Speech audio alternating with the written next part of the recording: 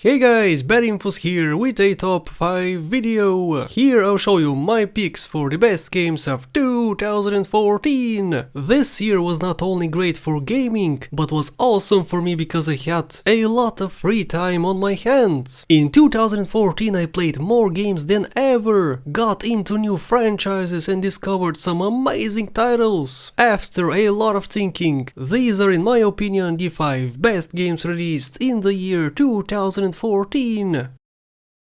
in the lands of Zaron, the humans of Koopa Keep struggle to stay alive as they are attacked by the wicked drow elves of Larnia.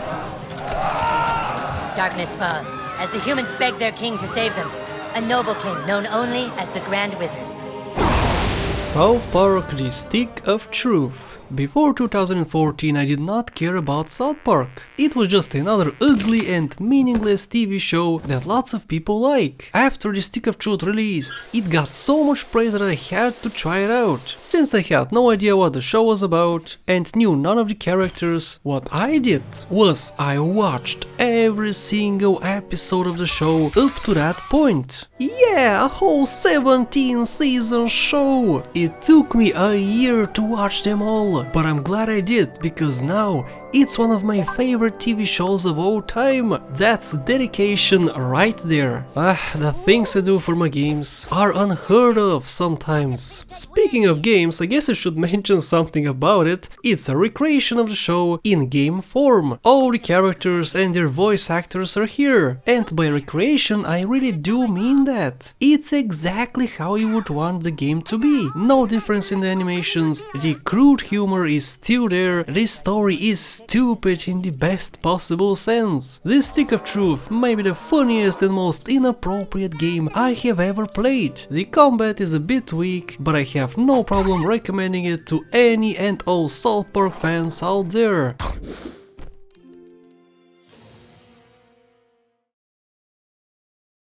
He has returned to Mordor. Shadow, flame hath fallen on the black gates, and no mortal man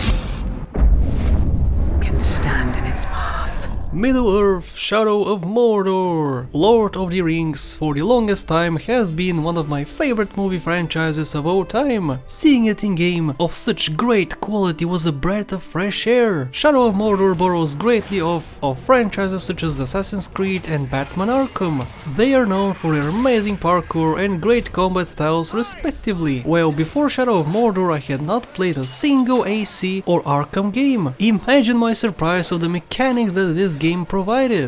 I instantly fell in love with the animations, fighting styles and climbing mechanics. The world was also great. Ugly and smelly orcs scattered around the wasteland, tall buildings crumbling in the distance, mountains of dead pits everywhere you look. It's a great reimagining of the world of the Lord of the Rings. The best feature of the game is the addition of the Nemesis system. I won't go into detail about it because you have probably heard of it before. Basically, every enemy you encounter will remember you as long as you are alive. If you happen to lose the match, the orc can flee and the next time you can have your rematch. It's a game of dominance. The more generals you kill, the more powerful you get and can take on bigger and scarier foes. It's a pretty unique game despite it borrowing from many different franchises.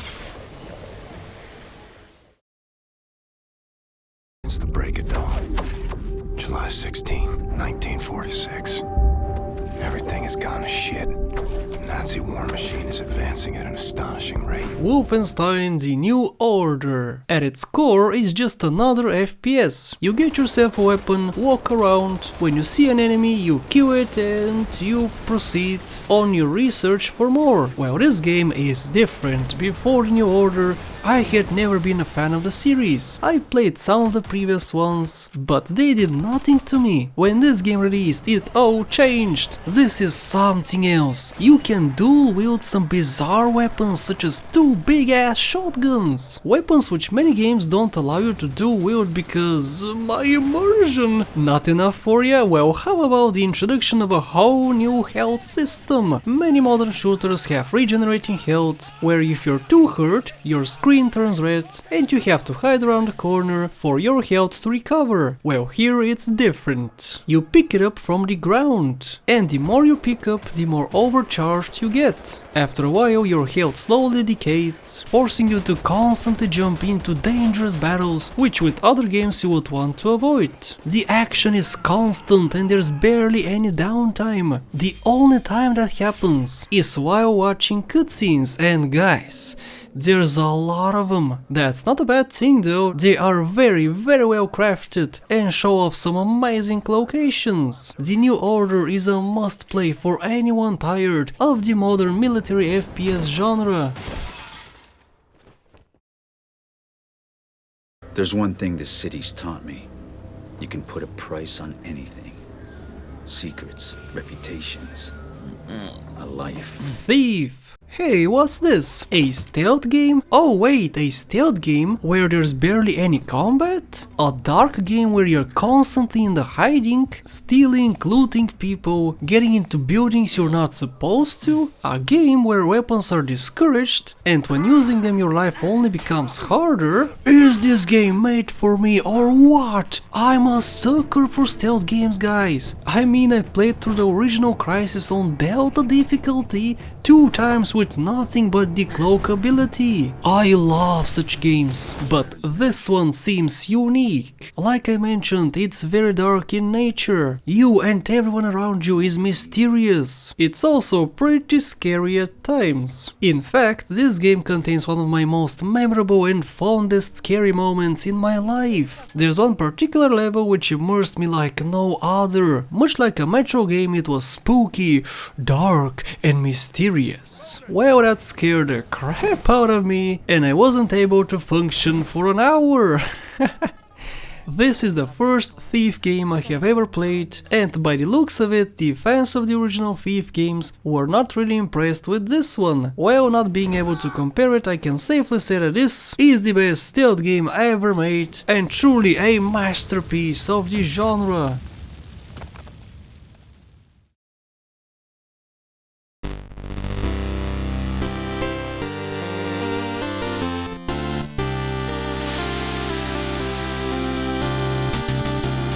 Shovel Knight.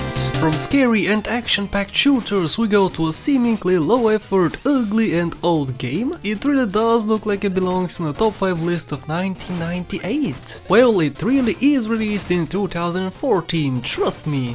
That's the illusion. It's based off of games from the previous century, back when graphics were 8-bit and music was low quality. Shovel Knight caught the true essence of the games from back in the past and did a fantastic job recreating the feeling I got as a child when playing such games. It's the only true game which made me feel nostalgic while playing it for the first time. It's crazy how that works. It reminded me of the good old days when I had a small and fat TV, sitting on the floor with my joysticks and playing for a while my mother was screaming at me for staying too close to the screen. Ah, memories. Lots of games attempt to recreate that feeling in me, but no other one has ever succeeded. Shovel Knight is something else. You can play it 100 times, and in every one of your playthroughs you can have a completely unique strategy and play in a different way. You can use a variety of power-ups, some a bit overpowered and others which are needed for some bonus levels. Avoid traps and fly across the screen at ludicrous speeds. This game is a must-play, especially if you're over 20 years old and it looks like the games from your past. And that's it from me, guys. Those are my favorite games in 2014. Lots of other great ones released this year, so if I did not include your favorite one in the video, let me know which one it is. I would really love to know. If you wanna see my favorite ones in any other year, then click on the screen or in the description and subscribe to my channel for more gaming videos. Thanks for watching and I'll see you in the next one.